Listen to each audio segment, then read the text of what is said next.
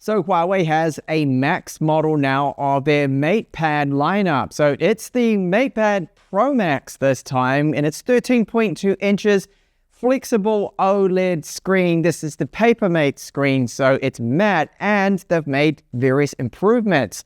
It's up to 1600 nits. It's super bright, and I can tell you now that it's the best display that I've seen in a tablet. I said that with the previous models, but they are really good. Now, battery capacity is 10,400 milliamp hours, yet it is super slim. This tablet is only 4.7 millimeters, and the weight just 499 grams, which is excellent. I've got the Glide keyboard here, and I'll be going through it. I'll give you an in-depth review, and we've got some welcome changes and some areas of improvement that I have discovered.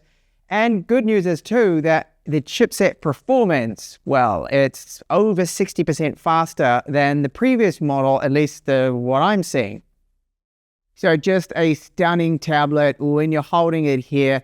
So 499 grams, incredible, 4.7 millimeters. The thickness, and we have 6 speakers built into this. There will be a sample of them later. They sound really good. Has Type-C port there with video out support. Unfortunately, I did not get the charger or the box with it, so I cannot show you that or use that official charger, but really light and great looking build to it. So Pogo port pin connector right here on the back. We've got a 50 megapixel camera with the main camera there too. It can shoot 4K video.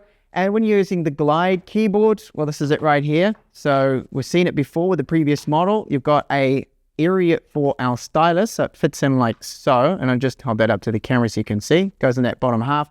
And that way, when you close it all up, you are not going to be losing that stylus. It's going to be there, and it won't drop off or anything.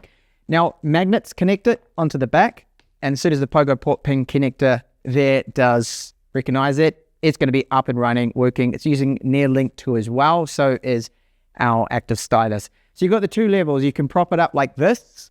All right, so you've got the first level. So that I find is pretty good for when you're on a table and you're on a desk like this now and you're sitting in front and using it, and even on your lap. But on your lap, I think it's a little bit too upright. So that's why I would prop it back. You've got the second level and there's a magnet there, holds it into place. Now it is powerful. The magnets are powerful, and I don't find the keyboard's going to just fall off or anything like that, which is very good. It's what you want. You don't want it to drop off, which I've had that problem with some other tablets. So the whole package, when you fold it up, this goes back into the area here, and then you simply just place it down, and there you have a keyboard and the screen all protected. So you can easily place that into your backpack and it won't get damaged. So like all of the other Huawei keyboards, the travel is very good, and the feedback you get from those keys, the pressure that you need to apply really is in that sweet spot, that it's not too firm and not too light either, so they feel great. The one thing the keyboard does lack is it's not backlit. That's the only thing. It would have been great if this was a backlit keyboard. So we have half-size keys for arrow up and down, pretty standard there. And overall, I like the layout, this being the US English layout here. So ANSI with English, ANSI, they call it. It's not the ISO one, which is slightly different with the shift keys, but very good. It's what you get normally typically with the Huawei keyboards. And what about the touchpad here? So the touchpad, no complaints out of me. It's very good, smooth, and the gestures, they're all working, all good. And when you move about with the cursor, you can see that slower movements are fine. It doesn't jump around. And when you quickly move, it's going to then quickly move as well, the stylus. And accuracy is good. And once you get used to it, you become quite a pro. And I don't feel like I want to use a Bluetooth mouse or plug in a mouse to it, which of course you can do. So just a stunning display all up that we get, and I find it to be just as good as the previous model with that Papermate technology. So the bezels are, however, slimmer. So this is now 3.55 millimeters, and the brightness up to 1600 nits. And they say that the clarity is up 20%. And well, it seems to be the same to me, but this is 3K resolution, so 3000 by 2000, 144 hertz. Everything is very, very smooth. And to talk briefly about the UI, that it is really smooth. I'm finding it a lot smoother and faster than the last year's version. The previous version on that previous chipset, they have definitely made some improvements here. So we have the gestures as well with that keyboard that we can trigger and use those. And really haven't had any problems. And we've got eye care with the display too, which is excellent and good to have this. So if I jump really quickly into the settings, I can just quickly show you a couple of those things here. So you go along and you can see you've got your color options.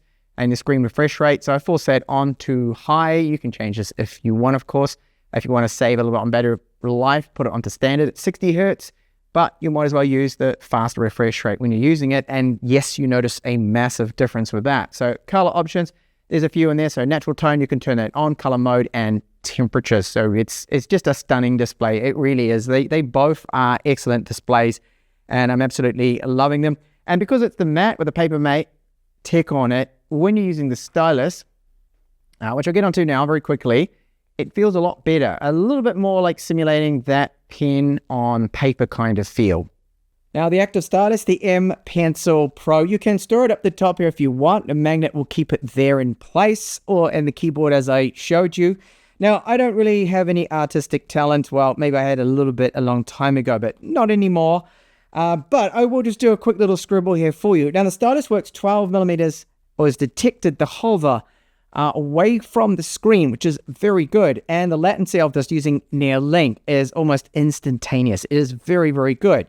So if you need to draw like a straight line, if that is straight, not really, it's coming through pretty good. It works right up to the very edges. And just do a quick hello world with messy writing. You can see that is incredibly quick. Now pressure sensitivity, great. So if I'm holding it very light, you can just see a tiny little mark there. And I'll start to press now heavier, and it gets thicker. Now I'm using currently a pencil, well, a sketching HB pencil, 6B, sorry. And you see on the angle too. So if you were to hold that, the nib, the lead would be touching at an angle. So it should be wider. And look at this, it is when I start to do that. And then if I hold it more upright, it should become thinner, which it does. And you can do this as you're sketching too as well. So it's a very good Stylus. I'm just scratching the surface here. We really need like some artist, some pro painter that can go and do something for us. Now, I've just selected the paint mode here, and you can see the ink, how that slowly seems to separate a little bit. And it's really well done, and it looks quite realistic. And yes, it feels pretty good. The fact that we have the matte screen with the nib gives us more of a pen on paper kind of feel. And I do apologize for my lack of artistic talent here. So with Harmony OS, we have toggles on the right hand side. If you swipe down there, on the left you get all your notifications. Now it has to be said that it's a lot more fluid than what I remember from the previous models.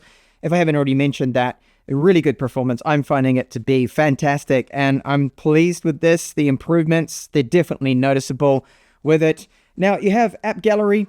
So you can go into this, you can find most of your applications. You won't be able to get absolutely everything. There are some games that are simply not there because they do require Google Play.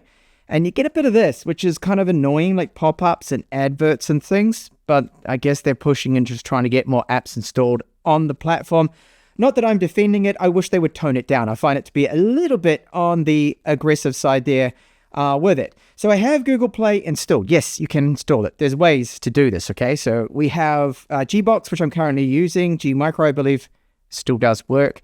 And so you can do that. You can run YouTube. Now, there are funny little things you'd notice, too, with this. So you're not going to have history with maps. And I've noticed that with YouTube, that when you run it, sometimes it seems that when you disable the closed captions, they automatically enable themselves for some reason. This is one of my own videos that you've seen some of the footage of.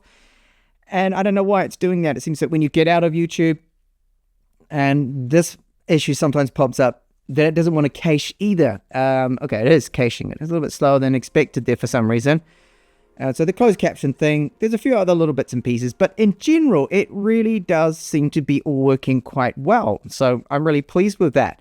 Now, when I jump into, just want to show you a few other things like I always do in my videos, is that you get it, and I talked about it, the bloatware we get, well, there is quite a bit that is present. So you can see it right here, and they will take quite a few minutes to sort out and uninstall the stuff that you don't want. These are just categories, so you can easily remove those. No biggie there.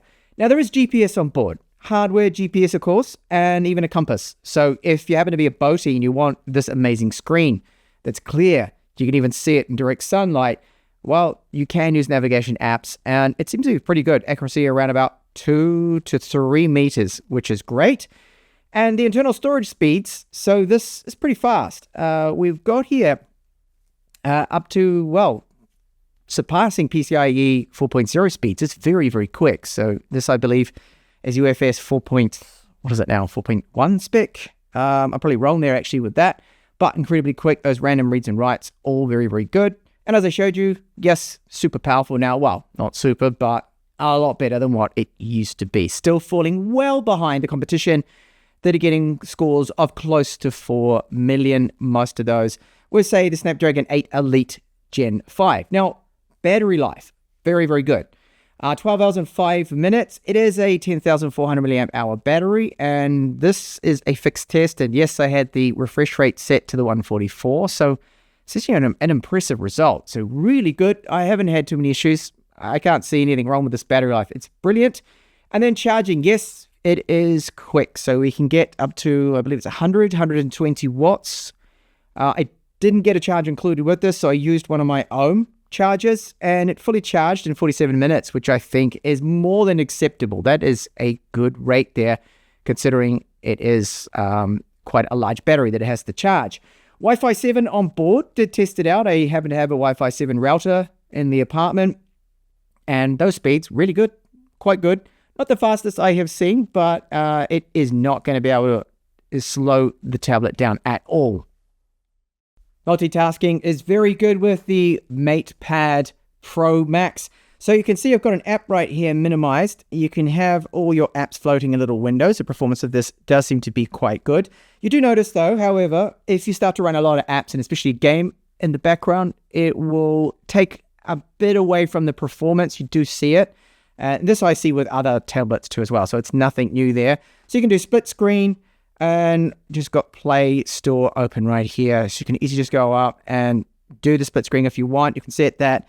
You can run these other ones in Windows there too as well. So I have the Chrome, so you can set that all up. And it means that you can run like 3 apps quite easily. 4, you can have them all there. So the multitasking I find to be very good.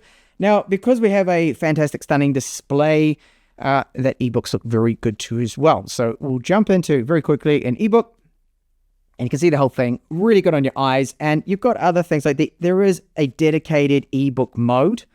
You have your eye comfort, so you can turn that on, and the ebook mode is basically black and white too. So very good. And this is Google Play Books. You can invert this too as well. If you don't want the white, you can have the black background, and being an OLED, it would actually save a little bit on battery. And just to quickly show you too, that PDF files, they're very, very quick. The performance is good. It really doesn't feel what the Antutu score is showing us. It feels way faster. They really have optimized this well, Huawei. The speakers have improved, and there are 6 of them. So it's a crossover system, quad driver bass unit delivering the best ever audio, they claim, in a tablet.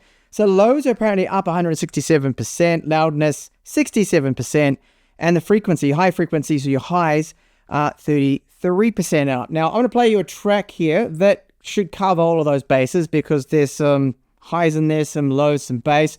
And I'll play that at, let's just set it to, well, not quite 100. Whoops, I'm taking a screenshot there. We'll set it at 90% volume, and you'll hear that they are loud. They're very rich, great sounding speakers.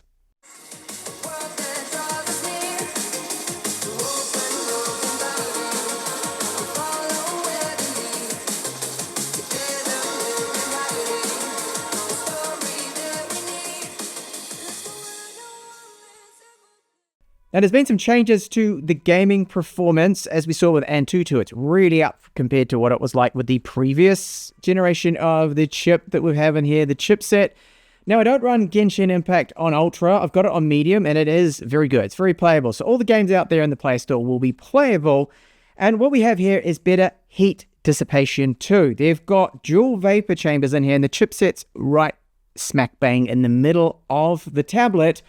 The back here, and the thermals have been really, really good. This chip does not get hot, and the dual vapor chambers, they are definitely helping. So gaming performance, it's not top, not the absolute best you'll ever come across, but I feel it is acceptable. You can play everything, just keep it to medium settings.